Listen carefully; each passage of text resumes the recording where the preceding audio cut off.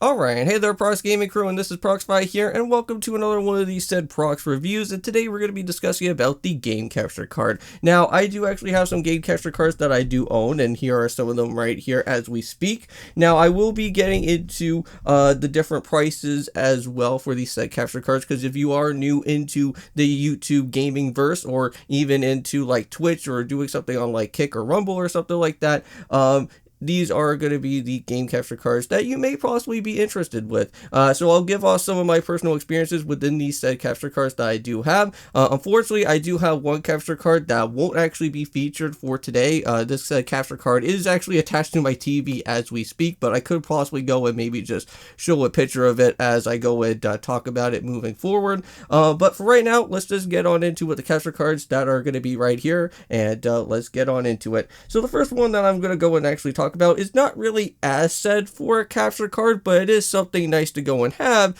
if you do want to go and add on into one of your said game capture cards here, and that is going to be known as the OSSC upscaler. Now this guy is a very nice, good, handy dandy tool if you're someone like me that is a big retro fan, and if you do want to go and plug in, let's say like your N64 or maybe your PS1 or something like that, this OSSC upscaler is really nice for that. Now the main thing that I do want to go and say is that if you want to get the best type of resolution, make sure that you get yourself with a SCART cable. SCART cables are literally one of the best type of cables that you would want to go and have for any type of old console. Old school AV cables are not going to really cut it. Same with like the component cables as well. You could go and use that as well for this. I believe this set upscaler does go and work around with an S-video as well too, but I do strongly recommend that if you want to go and do some recording footage and you want to have one of your capture cards alongside with you, this OSSC upscaler will work perfectly within the said way of the SCART cable. Now mind you will have to use a HDMI port to actually connect it to your TV at some point, which or not even with your TV, or you can actually go and connect it into your HD PVR as like I think somewhat of like an output source or something like that. I can't really remember exactly how like you're supposed to attach it with, but I'm pretty certain I think you have to do the output I think for that there. But anyways, that's about it with the OSSC upscaler. Now this is my personal best friend right here. This is the capture card that I grew up with when I went and first started getting on into with YouTube and all of that, and that is going to be known as the HD PVR2. I originally also used to have the HD PVR1, which unfortunately that's not here with me anymore. I did actually go and give that over to a friend a while back, but this HD PVR2 is amazing. If you are like someone like me that is beginning out doing let's play videos and whatnot, this is awesome to go and have. And not only with that, but if you do want to go and actually add in an OSSC upscaler to this, you can be able to go and attach this guy over to here with this, and it will play very fluently out here, and it works really nice. It has some nice good resolution as well too. I believe you can actually make it all the way up to I think 1080p with 60 frames per second, which that's normally kind of like the best type of quality for you if you want to get yourself started as a beginner guide. Again, mind you, if you guys are going to be asking about any type of prices or anything, I'll try to make sure to add it somewhere whenever I go and discuss around with some of these capture cards here. Now, mind you, this capture card is going to be a little bit different. The HD PVR2s do have different functionalities with them. This one right here is a little bit different because as you guys can go and see, this doesn't really have like a said type of S-video port, normally like how the original one is, which I do have, which that is connected to my TV as well. But mind you, again, it's still an AV port, so you could go and add in any type of like red yellow type of cables as well, but again, strongly just use the HDMI. It's always better for that type of solution there. And of course you do have your little record button, but again, you could use that off of the actual software that's given to you when you go and actually get the driver itself. Now mind you, we're going to get into another set capture card here. Now this capture card in particular is known as the Razor Ripsaw. This is again another great beginner said type of capture card. I used this back when I went and did all my Pokemon Nuzlocke. If you guys remember when I went and did some of those back in the day, this was the guide that I actually went and used from most of all my different Nuzlocke in the past. This thing is amazing. It works awesome from like most of the other different games that you have.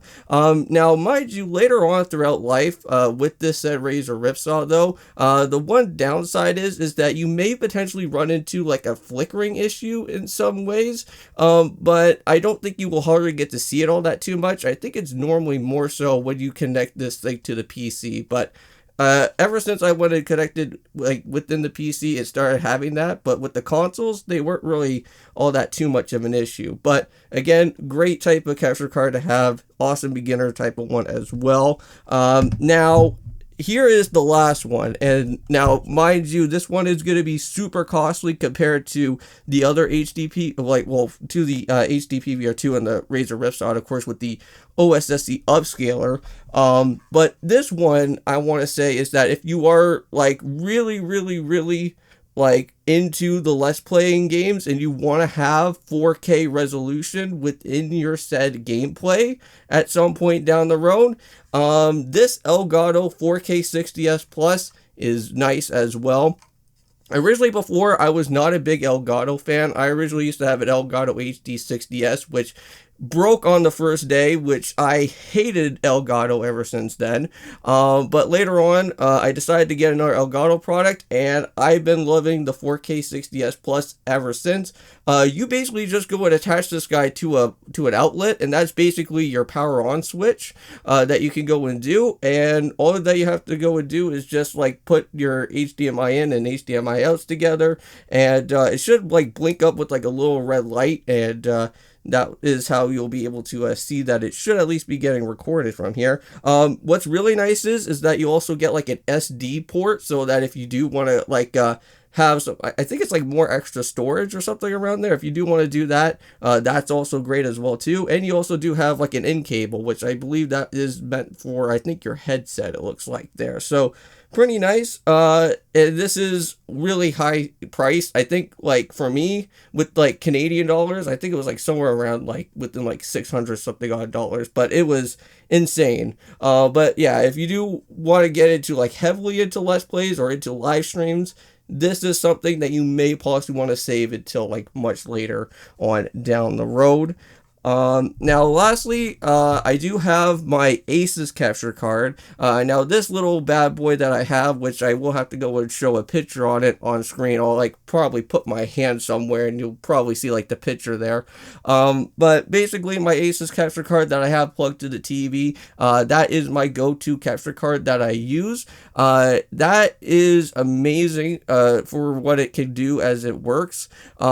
Mainly, you can actually go and like do all your customizations on OBS and everything, and you can make the Aces capture card look 10 times better than what it originally was. Again, you could also do this with the Elgato and of course with like the Razor Ripsaw as well. Unfortunately, the HD PVR, you can't really go and use OBS. You can't really go and do anything of, well, I don't know if it's like perfectly good for it to be on OBS. I normally always go and use the Hopogs, for the actual capture software instead. But yeah, so that is going to be about it with all the different capture cards that I have so far, as like for my personal experiences. But yeah, let me know which type of capture cards that you guys want to go and use, if any of these type of capture cards are somewhat of an interest, or if you want to go for an upscaler like this as well with the OSC upscaler. If you are playing old school retro games, this is something also that's really great. If the OSSC upscaler is a little bit too pricey for you, you can also get a retro tink as well. Those guys are really nice. They're like small little upscalers that you can just like boost them up and have some fun with that as well. But that's going to be basically about it. Hopefully you guys did enjoy with everything that went on within this video. I know that I kind of went a little bit too fast throughout here, but I'll try to make sure that throughout some of the other different reviews that I do, I'll kind of slow down a little bit on that. But anyways, thank you guys so much for watching. See you guys for the next Prox review. I think we will be getting on into, I want to say, like Skylanders or something of that of the sort, into the gaming aspect side of things, or reviews soon, because I do have some of the different Skylanders that I did buy for the original game that are on their way now. So you guys should be able to see that, hopefully, and we'll kind of stay tuned for that. So see you guys then, and of course, peace.